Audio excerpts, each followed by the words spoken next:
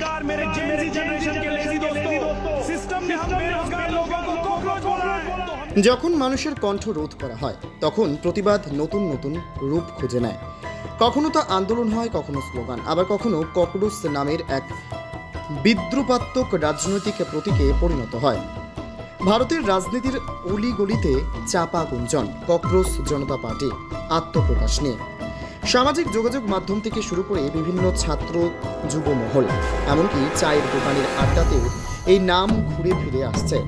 যদিও দলটির আনুষ্ঠানিক রাজনৈতিক স্বীকৃতি কিংবা নির্বাচনী ভিত্তি এখনও স্পষ্ট নয়, তবুও কেন্দ্রের শাসক শিবিরের অস্বস্তি দিন দিন যেন বাড়ছে। দেশে বেকারত্ব, মূল্যবৃদ্ধি, কৃষক অসন্তোষ এবং মত প্রকাশের স্বাধীনতা নিয়ে প্রশ্ন প্রতিনিয়তই তীব্র হচ্ছে। সেখানে ককরোচ জনতা পার্টি নিজেদের সিস্টেমের বিরুদ্ধে প্রতিরোধের প্রতীক হিসেবে তুলে ধরতে শুরু করেছে। সামাজিক মাধ্যমে দলটির ব্যঙ্গাত্মক প্রচার, রাজনৈতিক মিম এবং সরকারের সমালোচনামূলক পোস্ট ইতিমধ্যেই তরুণ প্রজন্মের একাংশের মধ্যে আলোচনার বিষয় হয়ে দাঁড়িয়েছে। রাজনৈতিক বিশ্লেষকদের একাংশের মতে ককরোচ শব্দটিকেই এখানে প্রতীক হিসেবে ব্যবহার করা হচ্ছে। এমন এক জীব যাকে শত আঘাতেও সহজে শেষ করা যায় না। আর এই প্রতীকের মধ্য দিয়েই মোদী সরকারের বিরুদ্ধে সাধারণ মানুষের ক্ষোভকে তুলে ধরার চেষ্টা চলছে। इसलिए बनी है कॉकरोच जनता पार्टी। हम वही जनरेशन है जिसके पास डिग्री है लेकिन नौकरी नहीं, सपने हैं लेकिन सिस्टम नहीं। ये है कॉकरोच जनता। मांगता है तो उसे आंकड़े दिखाए जाते हैं, जब सवाल पूछता है तो उसे देशद्रोही कहा जाता है। डिग्रियां बढ़ रही हैं लेकिन रोजगार नहीं।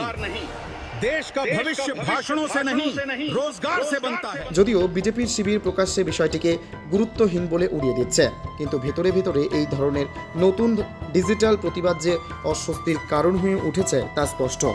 সম্প্রতি বিভিন্ন রাজ্যে বিরোধী কণ্ঠস্বর দমন, সংবাদ মাধ্যমের ওপর চাপ এবং তদন্তকারী সংস্থার ব্যবহার নিয়ে প্রশ্ন উঠেছে।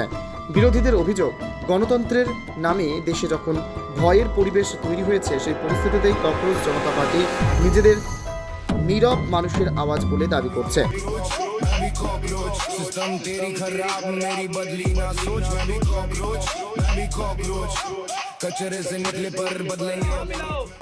हमारे देश में मुस्लिम आवाज उठाए तो पाकिस्तानी, हिंदू उठाए तो कांग्रेसी, सिख उठाए तो खालिस्तानी, क्रिश्चियन उठाए तो नक्सली, दलित उठाए तो भीमटा, कंटेंट क्रिएटर उठाए तो देशद्रोही और दिया।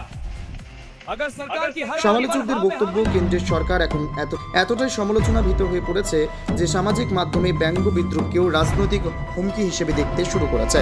একসময় যে সরকার নতুন ভারতের স্বপ্ন দেখিয়েছিল, আজ সেই সরকারের বিরুদ্ধে উঠেছে প্রশ্ন। কেন এত বেকার যুবক? কেন দ্রব্যমূল্য নিয়ন্ত্রণে ব্যর্থতা? কেন ভিন্ন মত মানেই দেশদ্রোহীর তকমা? प्रधानमंत्री का वादा किया हुआ हर एक प्रोजेक्ट अपनी डेडलाइन पार कर चुका है और आज भी पूरा नहीं। कोई मुझसे बहस करता है तो मैं उससे यही सवाल पूछता हूं कि मुझे इस बात से फर्क नहीं पड़ता कि कांग्रेस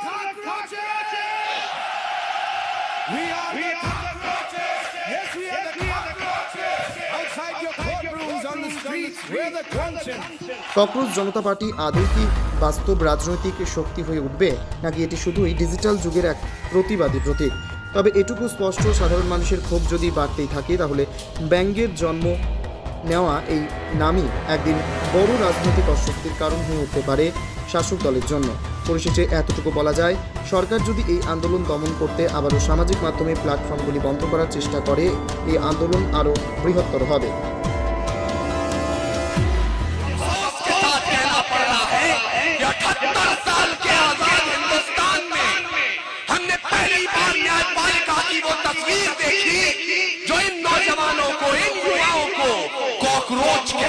मीडिया के माध्यम से कहना चाहता हूँ, 10 दिन का मैं अल्टीमेटम देता हूँ सरकार को।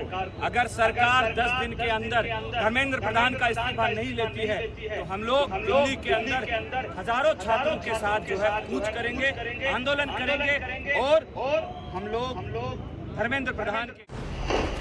ये ट्रेंड कौन चला रहा है?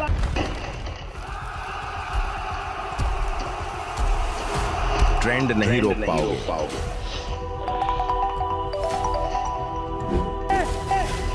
सर डिलीट करते ही नए अकाउंट आ रहे हैं। तुम अकाउंट डिलीट कर सकते हो, लेकिन आइडिया नहीं। हम कॉकरोच तुम्हारे भ्रष्टाचार शासन को मिटा देंगे, पेपर लीक माफिया को जेल पहुंचाएंगे और तुम्हारी दोगली सरकार को गिरा देंगे। आपने जिस जैन इंफ्रो प्राइवेट लिमिटेड के 1073 करोड़ माफ किए हैं, उसका मालिक जैसा ही है ना, देश के गृह मंत्री का बेटा। मैंने सोचा सरकार का इतना सराहनीय काम है तो अंधभक्तों को भी बता दूं। गरीब किसान का लोन एनपीए, लेकिन बड़े लोगों का हजारों करोड़ माफ। নিজস্ব প্রতিনিধির রিপোর্ট, অমর বার্তা।